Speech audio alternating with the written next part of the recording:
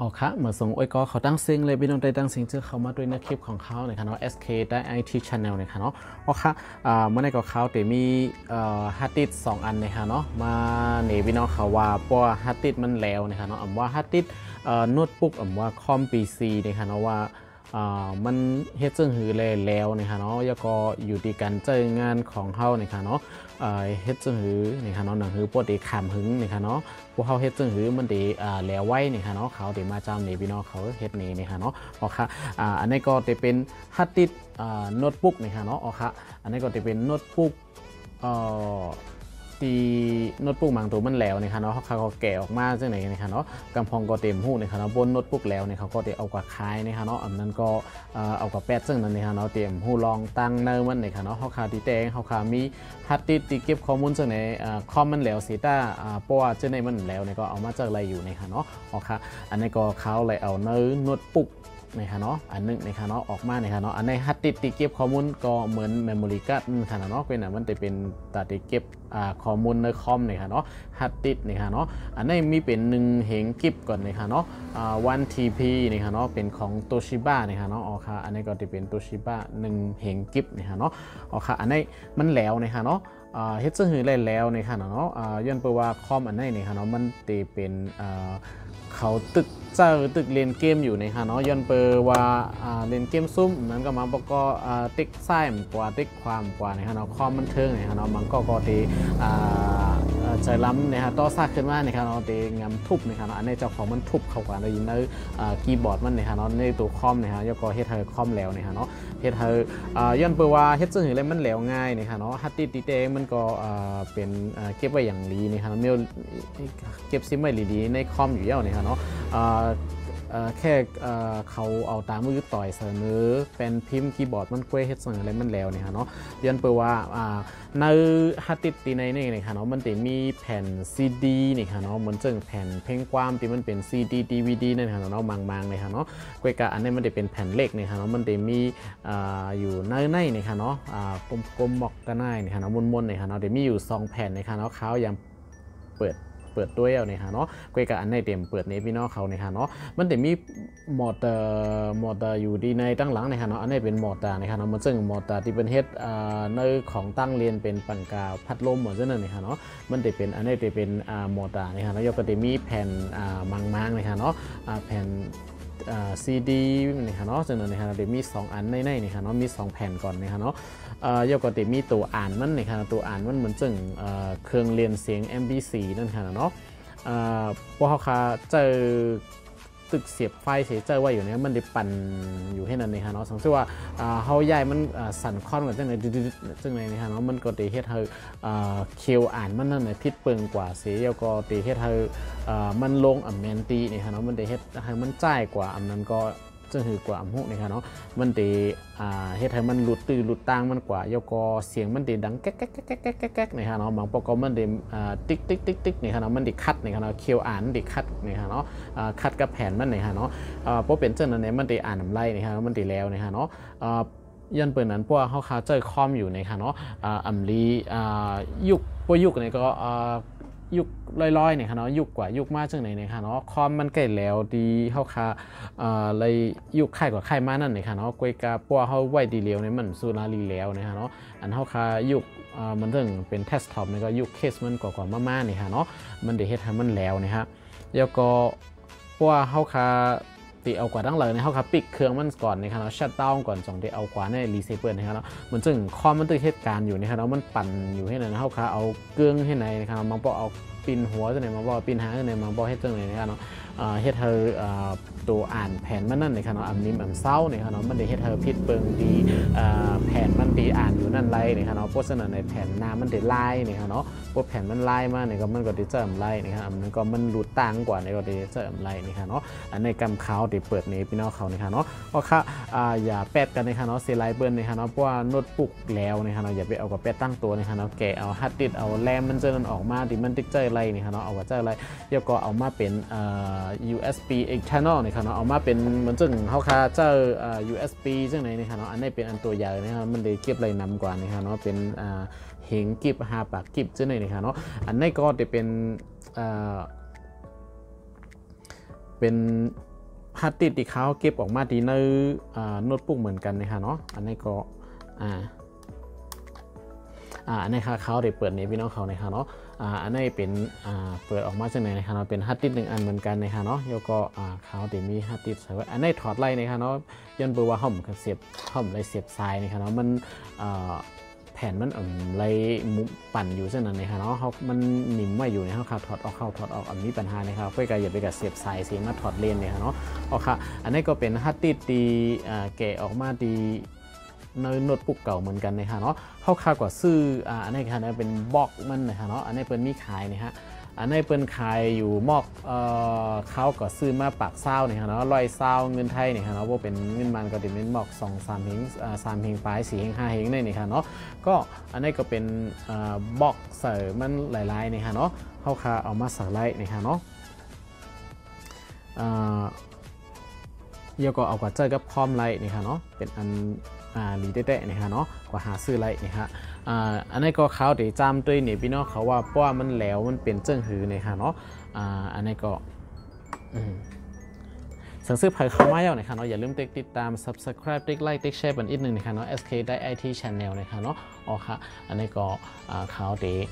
เฮ็ดนี้นะคะเนาะว่าเสียงมันเป็นเจิ้งหือนะคะเนาะมันแล้วเป็นเจิ้งหือแล้วเป็นเจิ้งหือนะคะเนาะแล้วก็ถูกรีพังเจิ้งหนึ่งเขาว่านั่นเขาย้ำเขาคัดเจอการเจองานมันอยู่นั้นอย่าไปยุกกว่ายุกมาอันนั้นก็ห้ามเอาตกนะคะเนาะว่านั่นก็เขาก็เลยเอาแล้วกับตัวหนึ่งนะคะเนาะตึกเสียบกับคอมไว้เจิ้งไหนนะคะแล้วก็เอามือกับตุ่มเนี่ยมันก็หลุดตกกว่าตั้งเตออีกหนึ่งก้อยนะคะเนาะตกต๊อกในกำเดียวนะคะเนาะแล้วก็เสียงหลังแก๊กแก๊กแก๊กแก๊กแก๊กแล้วก็หันฝ่ายสองเสียอันนะคะเนาะแล้วง่ายนะคะเนาะโปตกนะคะเนาะยามมือมันตื่นเหตุการณ์อยู่นั่นอย่าไปให้สั่นค้อนหรืออันนั้นตกเจ้าไหนนะคะเนาะเอาค่ะอันนี้ก็ดีเฮ็ดให้เขาคาเจออะไรหึงนั่นนะคะเนาะอันนี้ก็ได้เป็นฮัตติดนะคะเนาะอันนี้ก็เขาเดี๋ยวจำด้วยนี้เขาคามาด้วยจ้อมกันนะคะเนาะสังเกตว่าพี่น้องเขาหัวมันแล้วเป็นชื่อแล้วเป็นเจ้าหือนะคะเนาะเอาค่ะเขาเดี๋ยวเสียบนี้นะคะเนาะเอาค่ะค่ะอันนี้ก็เขาเดี๋ยวจำด้วยนี้นะคะเนาะอันนี้เป็นแผ่นที่เขาเดี๋ยวจำด้วยอันแล้วในก่อนนะคะเนาะอันนี้ฮัตตินี่ตัวในแล้วนะคะเนาะว่าโป้เขาคาเสียบเขาคอมกว่านี้มันจะเป็นเจ้าหือนะคะเนาะเขาเดี๋ยวเสียบนี้พี่น้องเขานะคะเนาะจ่องไล่ยินเสียงนะคะเนาะเดี๋ยวจำด้วยนี้นะคะเนาะ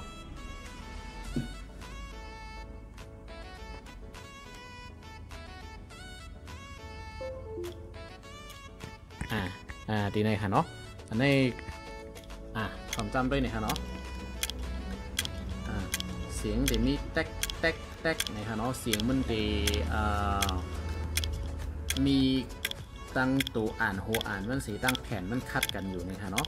เสียงมันเดี๋ยวห้องติ๊กเนี่ยแล้วก็เดี๋ยวมีฝ่ายสังคืนมาเนี่ยค่ะเนาะดีในคอมดีในก็เดี๋ยวมีสั่งขึ้นมาเนี่ยค่ะเนาะ this PC เนี่ยเนาะเอาค่ะอันนี้ก็เดี๋ยวมีอยู่this C แล้วก็ดีเดี๋ยวมีฮาร์ดดิสก์ในคอมก็อย่างนี้ค่ะเนาะเสียงอันนี้ก็ดีดังเสียงมอกแก๊กที่นั่นอยู่เนี่ยค่ะเนาะยันตัวมันแล้วเย้าเนี่ยค่ะเนาะจึงในแล้วเนี่ยค่ะเนาะเหตุไปกว่าหาเมลเนี่ยค่ะเนาะเมมไรเนี่ยค่ะเนาะเอาค่ะอันนี้ก็เขาเดี๋ยวปิกเสียก่อนเนี่ยค่ะเนาะถอดเนี่ยค่ะเนาะเขาเดี๋ยวจำด้วยนี้แทงอันหนึ่งนะครับเนาะตีอันมันแล้วนะครับเนาะเอาค่ะอันนี้ก็ถอดออกมาเนี่ยครับเนาะข้าวก็ดีเอาอันแล้วเนี่ยนี่ครับเราเดี๋ยวใส่จำด้วยนี่พี่น้องเขาเนี่ยครับเอาค่ะอันนี้ข้าวก็ดีเสียบกันเนี่ยครับเนาะ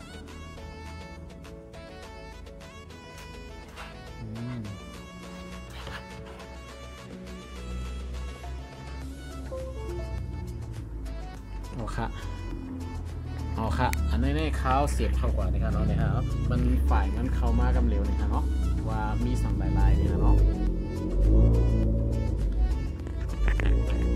เอาค่ะอันนี้เสียงมันมีนี่ครับเนาะเสียงมันเต็มมูลเต็มปั่นอยู่อืดในลายๆก็นี่ครับเนาะเสียงต๊อกแต๊กเต็มนี่นี่ครับเนาะเหตุการณ์ปลุก